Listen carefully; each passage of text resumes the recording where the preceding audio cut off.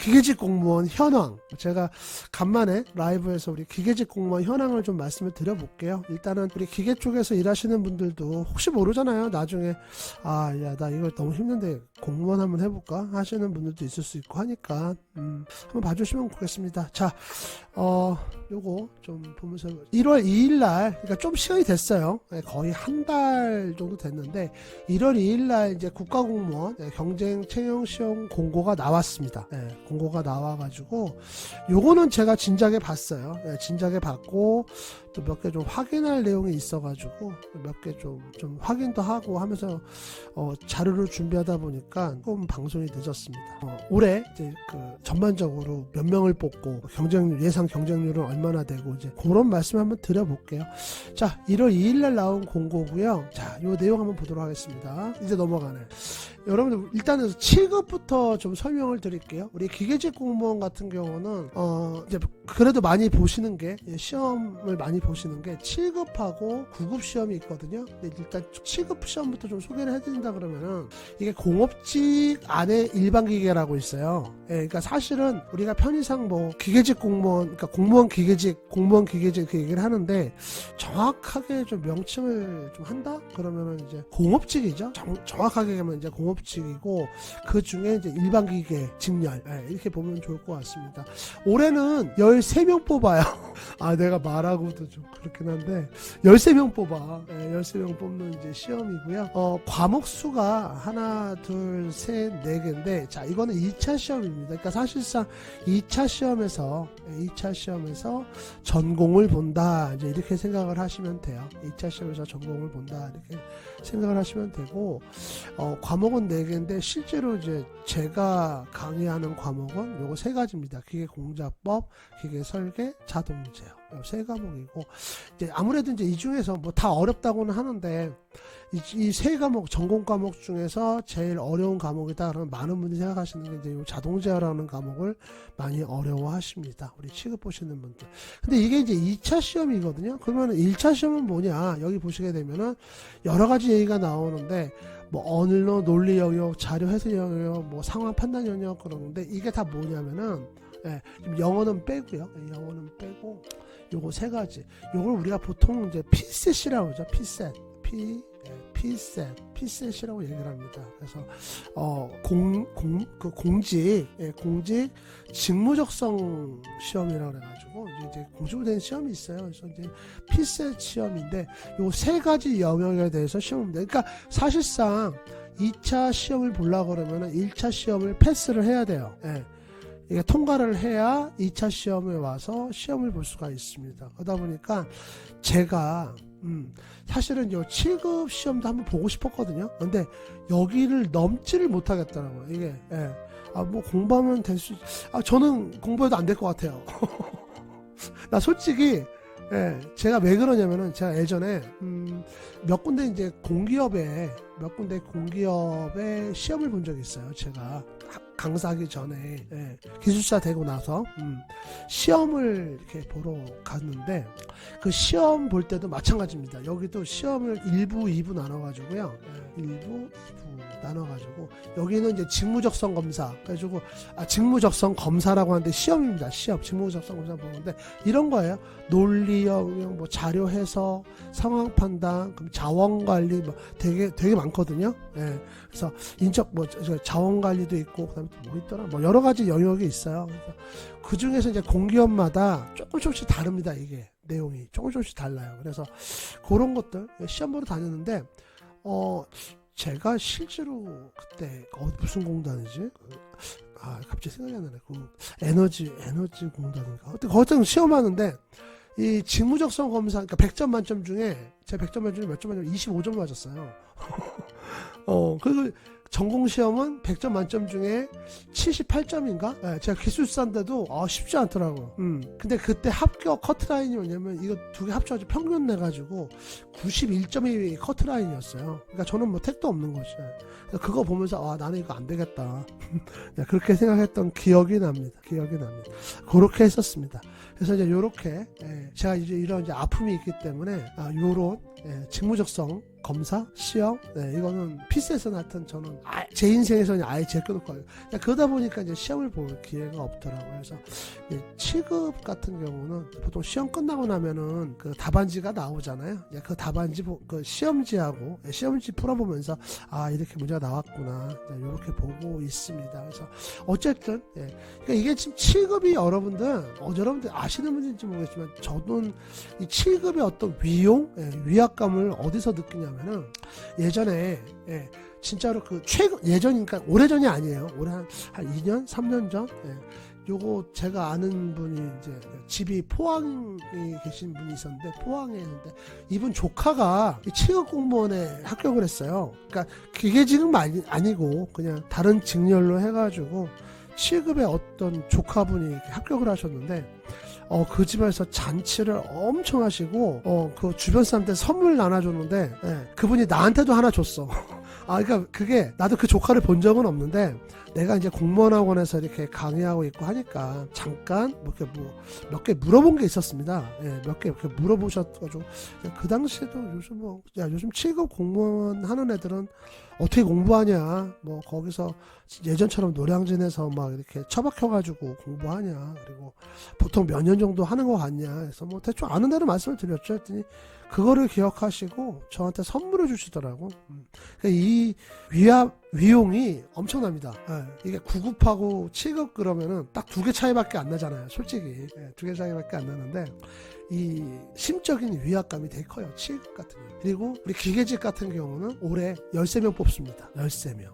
몇 명이 지원하느냐가 중요한 건데 보통 보면 한 500명, 300명에서 500명 선이에요. 300명에서 500명 보통 지원합니다. 그러니까 만약에 올해 아직 데이터가 나오진 않았는데 300명이 지원했다 그러면 300명에서 13명 뽑는 거예요. 올해가 좀 적습니다. 평소에도 그렇게 많이 뽑고 그런 직렬은 아니에요. 우리 기계 직렬에서 어쨌든 7급은 지금 2026년도에 이렇게 13명 뽑는 이제 그런 시험이 됐고요. 자, 근데 많은 분들이 보시는 9급 시험을 좀 보겠습니다. 9급이 인원수가 엄청 줄었어요. 우리 내년에 공무원 시험 준비하시는 분들 같은 경우는 요거 이미 그러니까 요걸 안 보신 분들이 꽤 있어요. 그냥 난 열심히 공부할 거야. 난 마이웨이야. 그런데 좀 참고를 하셔야 되는 게 이런 걸 좀 보셔야 됩니다. 왜냐면은 내년에 28명 뽑거든요. 이거 굉장히 많이 줄은 거예요. 굉장히 많이 줄었습니다. 그리고 제가 좀 의아했던 게 저는 원래 2026년도부터 올해부터는 이 한국사 능력 시험으로 대체되는 줄 알았거든요. 근데 아직 대체가 안 된 건가? 내가 잘못 알고 있었나? 좀 그런 생각이 들어요. 그래서 공무원 시험 이제 9급 같은 경우도 이제 한국사 능력 시험으로 대체되고 나중에 시간이 좀 더 지나면은 영어 같은 경우는 이제 토익이나 공인 영어 시험 점수로 대체되고 막 그렇게 저는 알고 있었는데 아직까지는 안 들어요. 자, 우리 9급 같은 경우는 기계직 공무원은 2과목을 시험 봅니다. 기계 일반, 기계 설계 이제 2과목을 이렇게 시험을 봐요. 그래서 실질적으로 이렇게 각 과목당 20문제씩 해가지고 곱하기 5 하면은 몇 문제입니까? 총 하면은 100문제죠. 100문제입니다. 이 100문제 시험 봐가지고 이제 성적으로 탁탁탁탁 치죠. 그래서 이제 이렇게 뽑는데 올해 28명 뽑. 근데 이게 우리만 그런 게 아니라 같은 공업진열 보면은 다 줄었어요. 진짜 많이 줄었습니다. 그래서 우리 기계는 28명, 전기 같은 경우 23명, 공업직 같은 10명, 진짜 많이 줄었어요. 근데 이제 늘어난 직렬도 있습니다. 대표적으로 법원하고 이제 법무행정 쪽은 좀 많이 늘었더라고. 거기는 부러워. 어쨌든 그래서 이게 28명이 굉장히 좀 제가 적은 숫자라고 말씀드렸는데 이게 여러분들 지금 처음 보시면은 체감을 못 하실 텐데 이게 전년도하고 전전년도 한번 비교를 해볼게요. 지금 2026년도에 지금 28명을 지금 뽑잖아요. 2025년도에 몇 명 뽑았냐면 61명 뽑았습니다. 근데 이때도, 그러니까 2024년도에 59명 뽑아가지고, 너무 이거 자꾸 쪼네. 막 이거 걱정했을 텐데, 이게 그나마 작년에 61명을 뽑으면서, 조금 올랐다. 다행스럽다. 이제, 요렇게 해서 제가 어떻게 보면 제 생각이 끝났거든요. 끝났는데, 올해 아주 장난 아니죠. 그러면 우리 기계직 공무원 매년 몇 명, 우리 9급 시험입니다. 이거 지금 9급 시험이에요. 이 9급 시험에 지원하시는 분들이 몇 명인가 이렇게 보면은 그냥 1000명대입니다. 한 1000명 남짓 이렇게 지원을 하세요. 그래가지고 2024년도에는 1030명이 지원을 하셨습니다. 해가지고 그 경쟁률이 일단 요거 출원 인원이었는데 요게 지금 신청하신 분들이에요. 시험을 신청하신 분들, 시험 신청하신 분들인데 이 시험 신청하신 분들 기준으로 해가지고 17.5대 1, 17.5대 1, 그러니까 한 17대 1 정도 나왔고요.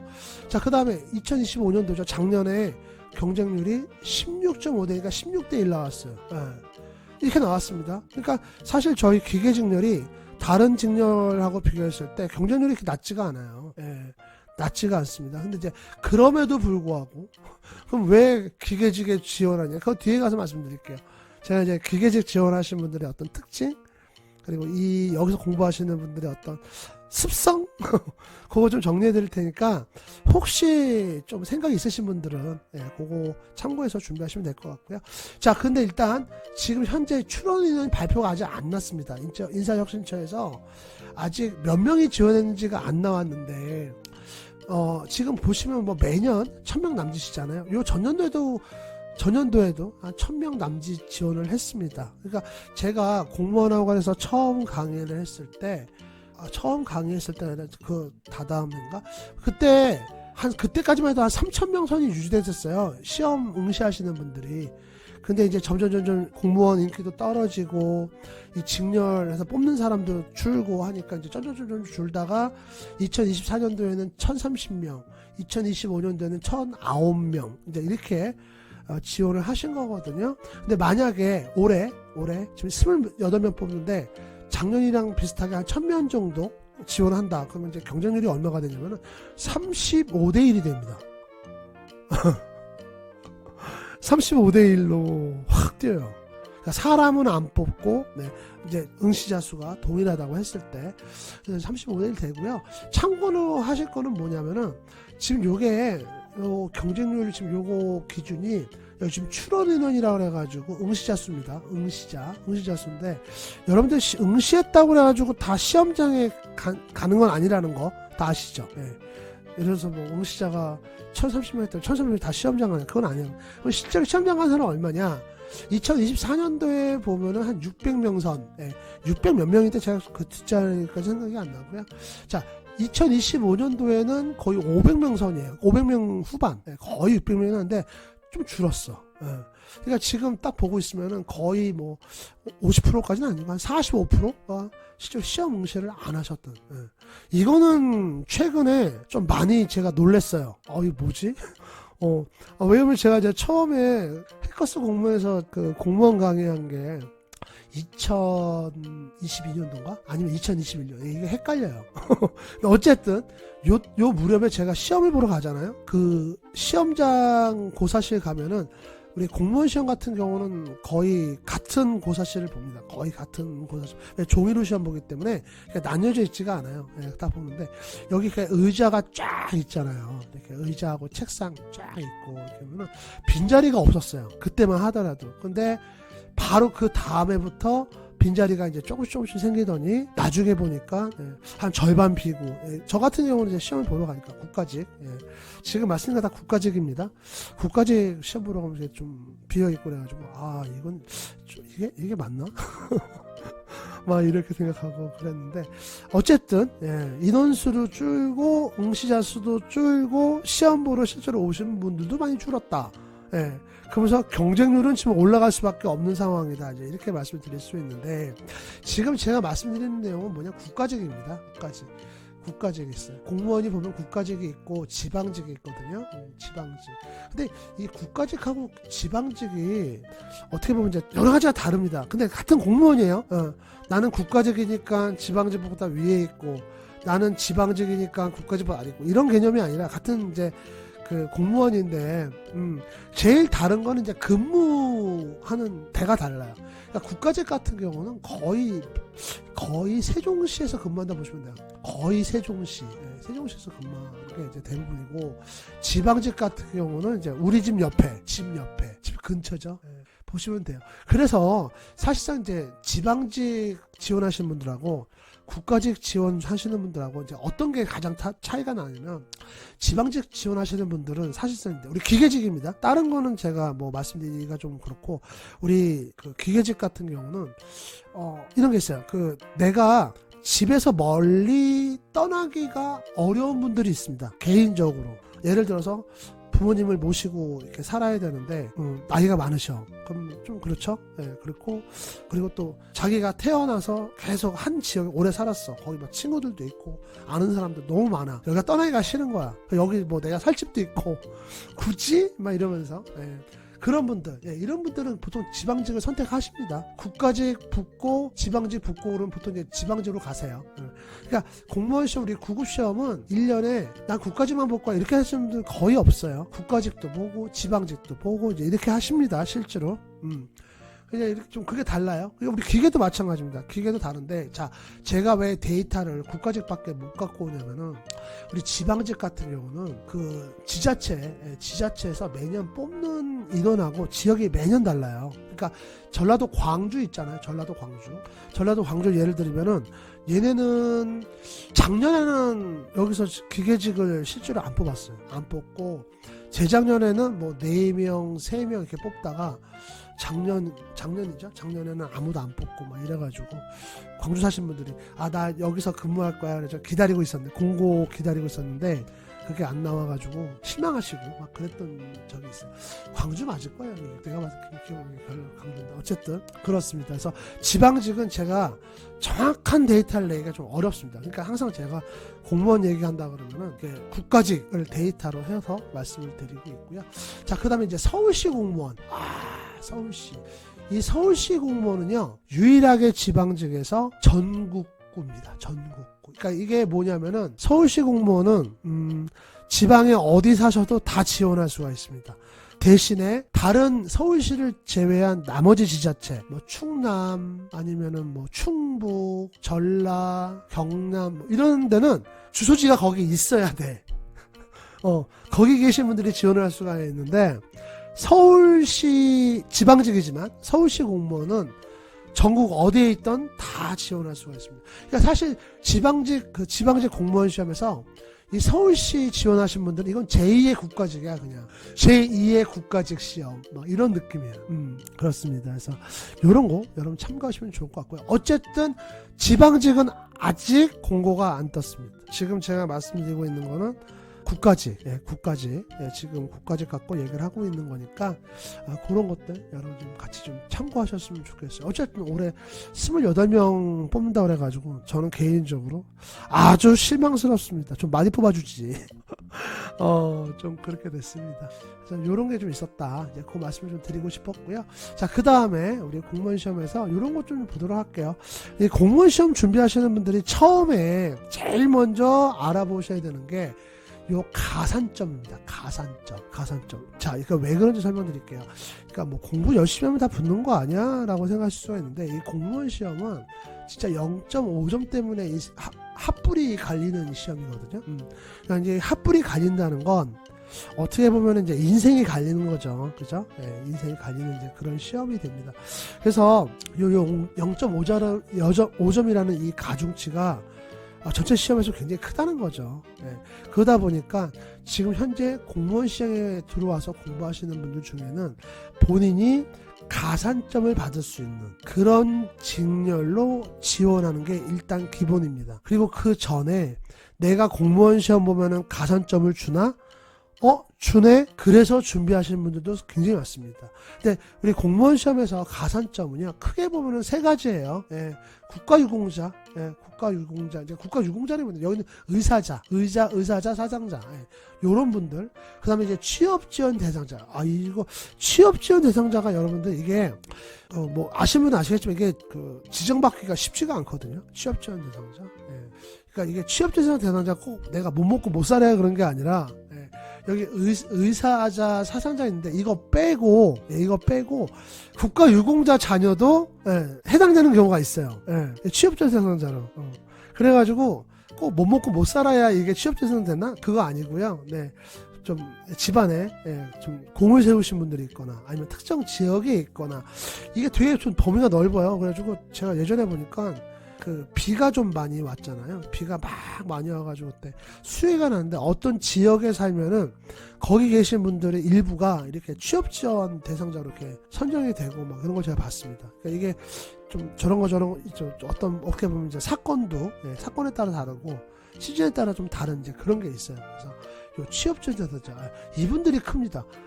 만점에 5% 또는 만점에 5% 최대 10%예요.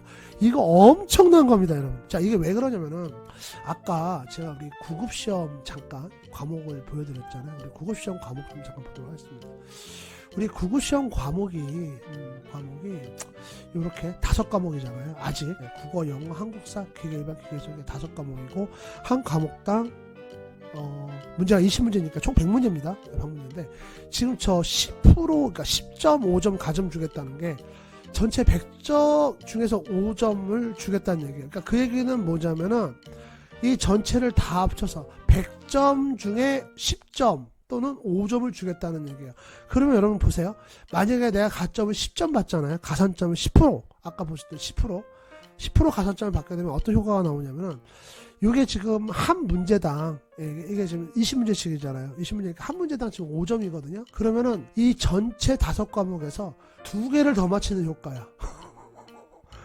와, 전체 과목에서 2개를 더 맞히는. 그러니까 전체 과목에서 2가니까 내가 만약에 10% 가점을 받으면 5과목이잖아. 10개, 전체 과목에서 10개를 더 맞히는 거랑 똑같아. 대박이죠. 진짜 대박이죠. 와, 어마어마합니다, 이거 진짜. 이렇게 된 거야. 그러면 이제 그 취업 보호 대상자 말고 그럼 또 어떤 또 우리 가산점이 있냐. 여러분들이 너무 잘 알고 계시는 직렬별 자격증 소지자입니다. 직렬별 자격증 소지자가 이제 그 가산점 대상이 되는데 여기는 5% 또는 3%예요. 그러니까 최대 5% 최소 3%입니다. 자격증이 있으면. 그럼 어떤 자격증이 있어야 이제 이건 직렬마다 다 달라요. 직렬마다 다 다른데 우리 기계직렬만 본다 그러면은 우리 구급 기준을 보겠습니다. 구급 기능 같은 경우는 기능사만 3%예요. 그러니까 기능사 자격증 하나가 있으면은 전체 과목에서 3점씩을 쭉 받는 겁니다. 근데 산업기사부터는 5% 가산점이에요. 심지어 기술사하고 산업기사하고 동급이야. 이렇습니다. 제가 제가 이따 얘기할 때 이런 얘기 하거든요. 우리 공무원 시험 준비하시거나 아니면 이직, 취준생들 많이 있어요. 취준하시는 분들, 특히 이제 공기업이나 공무원 혹시 생각하시는 분들은 굳이 기사급, 일반 기계기사, 건설기계기사 뭐 이런 거 이렇게 도전하시는 것도 뭐 나쁘진 않은데 이게 좀 시간이 부족하고 그러면 일단 산업기사부터 먼저 취직을 하셔라 이렇게 말씀을 드리는데 그 이유가 이것 때문에 그렇습니다. 이게 구급시험 같은 경우는 산업기사하고 기능사가 좀 달라져요. 그래서 기능사 빼고는 다 5% 가점을 줍니다. 그리고 빨리 자격증 취득하셔가지고 시험 준비하시면 돼요. 이렇게 시험을 준비하시면 됩니다. 그래서 이제 이렇게 줍니다. 근데 이제 7급은 좀 달라져요. 7급 시험 같은 경우는 기능사는 가점이 없습니다. 기능사 가점이 없고요. 대신 산업기사가 3% 가점입니다. 그리고 기사부터가 5% 가점. 그러니까 내가 7급 시험을 보겠다 이러신 분들은 현실적으로는 기사를 취득하는 게 맞습니다. 뭐 일반 기계기사나 공전행동기사나 건설기계기사나 이런 걸 취득하시는 게 맞고요. 나는 그냥 구급을 좀 보겠다 이렇게 생각하시는 분들은 이제 기능사하고 산업기사 있으니까 산업기사부터 취득을 하는 게 맞고. 근데 만약에 이런 게 있어요. 내가 이미 기능사가 있어. 그러면 이거 2%니까 2점 차이잖아요. 전체 총점에서 2점 차이니까 그것도 작은 거 아니죠. 그래 나 이거 해야 되겠는데 산업기사 따야겠는데 뭐 그렇게 하시는 것도 괜찮습니다. 제 입장에서는 괜찮다고 말씀을 드리고 싶은데 이런 게 있어요. 내가 지금 공부해야 될 게 많고 급해 빨리 해야 돼. 그러면 그냥 기능사만 갖고 지원해보시고 나머지 부족한 거는 이제 시험에서 채우시는 게 어떨까 이런 생각도 한번 해봅니다. 왜 그러냐면은 기능사가 3% 주기 때문에 아예 없는 게 아니잖아요. 0%가 아니잖아요. 그죠? 그런데 이제 산업기사 또 딸라 그러면 어차피 이것도 시험이라 또 1차, 2차 나눠져 있고 또 시기 준비도 해야 되고 하다 보면 시간이 또 많이 걸립니다. 얘도 뭐 산업기사라 그래가지고 그냥 어느 날 갑자기 휙 주는 거 아니고 하니까 이렇게 준비하시는 게 어떨까? 이건 뭐 제 개인적 의견입니다. 그래 난 불안해가지고 안 되겠다. 난 불안해서 꼭 기사를 따야겠다. 이제 이렇게 하시는 분들은 산업계사 따야겠다 하시는 분은 산업계사 준비를 하셔야죠. 그래서 이렇게 되는데, 그러면 선생님 이 가산점 없이, 그러니까 자격증 없이 합격하는 사람은 없습니까? 이제 이런 질문이 나올 수 있어요. 여러분들 입장에서는. 네, 이게 있습니다. 100%가 아니에요. 근데 그거를 제가 좀 조사를 해놓은 내용을 보여드릴게요. 우리 과학기술직렬 중에서, 지금 우리 공업직렬이라고 얘기했는데, 과학기술 직렬을 할 때 공업직렬이 과학기술직에 또 들어가요. 그래서 또 이렇게 설명을 하기도 하는데, 여기 보시면 기계 일반 이렇게 있거든요. 기계 일반 있습니다. 근데 이게 지금 2025년도 자료인데요. 2025년도에 보시면 67명을 뽑았죠. 67명을 이제 이거 실제로 액츄얼하게 뽑은 인원입니다. 이게 조금 달라요. 이렇게 보시게 되면은, 예, 여기 지금 61명 뽑겠다고 해놓고 61명 뽑는다고 해놓고 왜 67명 뽑았지? 그러면 이것입니다. 동점자. 예, 동점자 때문에 그래요. 동점자는 그냥 뽑습니다. 그래서 원래는 61명 뽑으려고 했는데요. 예, 동점자 때문에 67명 뽑았어요. 이렇게 되는 거예요. 그렇게 되는 겁니다. 그래서 여기 보시면 67명이 뽑혔는데, 실제로 가산점, 자격증에 대한 가산점이 몇 명이냐? 61명이에요. 그러니까 뭐 거의 다긴 하지. 물론 이제 비율이 낮은 건 아닌데, 보셔야 되면 그래도 한 8%? 6명은 비가산입니다. 그러니까 자격증이 없어요, 이분은 취업 지원도 아니고, 의사상자도 아니고, 그러니까 해마다 이번 분이 있습니다. 그러니까 제가 보면은 자격증이 거의 필수입니다라고 말씀을 드리지만, 실질적으로 보면은 이게 100%냐? 그렇지 않아요. 그러니까 이분들 같은 경우는 그냥 몸으로 다 떼운 거야. 그래서 합격을 하신 겁니다. 대단한 거죠. 그리고 다른 좀 볼까요? 우리 좀 농업 같은 경우 볼게요. 농업도 보면은 자격증이 61명이다. 몇 명? 69명 뽑는데. 그래서 여기 지금 3명은 그냥 자격증 없이 오신 분들이고, 좀 이런 게 있습니다. 그래서 제가 이제 그 공무원 시험을 준비하는 데 있어서 뭐 자격증은 거의 필수지만 또 경우에 따라서는 이런 분들도 있으니까, 그거에 나는 지금 자격증보다 난 빨리 공부했다 하시는 분들은 바로 공부를 하시는 게 낫습니다. 그리고 계속 시험 준비하시면서 이것 때문에 막 스트레스 받고 그러진 않으셨으면 좋겠다. 뭐 그런 생각을 좀 한번 해봅니다. 그래서 어쨌든 이렇게 지금 있고, 100%는 아니다는 거 항상 우리는. 근데 여기 보시면 요 100% 있습니다. 화공은 11명을 뽑았거든요. 2025년도에 11명을 뽑았는데 자격증 소지자가 11명. 그러니까 이거는 내 생각이 그래요. 제 생각에는 이게 워낙 숫자가 적었기 때문에 그만큼 경쟁이 치열했던 것 같습니다. 이때만 해도 우리 기계직 같은 경우도 벌써 67명 뽑았잖아요. 올해 이제 28명이지만. 그러니까 제가 봤을 때는 올해 아마 다 시험 끝나고 나면은 한 30명 언저리 뽑힐 것 같아요. 동점자까지 해가지고 할 건데, 제가 보다도 올해는 자격증이 없으면 좀 쉽지 않지 않을까. 자격증 없이는 좀 쉽지 않은 그런 올해 한 해가 되지 않을까 싶습니다. 아직 데이터는 안 나왔어요. 몇 명이 지원했고 이런 얘기는 없는데, 좀 그런 건 있습니다. 그리고 그 자격증이 이제 이렇게 있어가지고 자격증 소지자가 이렇게 혜택을 보고 있다. 이렇게 보시면 되겠습니다. 그래서 여러분 이런 것도 좀 참고하시고요. 요런 내용들이 지금 공기업 같은 경우도 요런 어떤 패턴을 따라가요. 똑같진 않은데 어떤 일정한 패턴이 있어요. 나라에서 이렇게 운영하는 기관이나 공직 같은 경우는 어떤 이제 공평성이나 형평성을 기계적으로라도 맞춰야 되기 때문에, 그런 부분에 대해서는 이렇게 맞춰 나가는 그런 부분이 있습니다. 그래서 그렇게 보시면 되겠고요.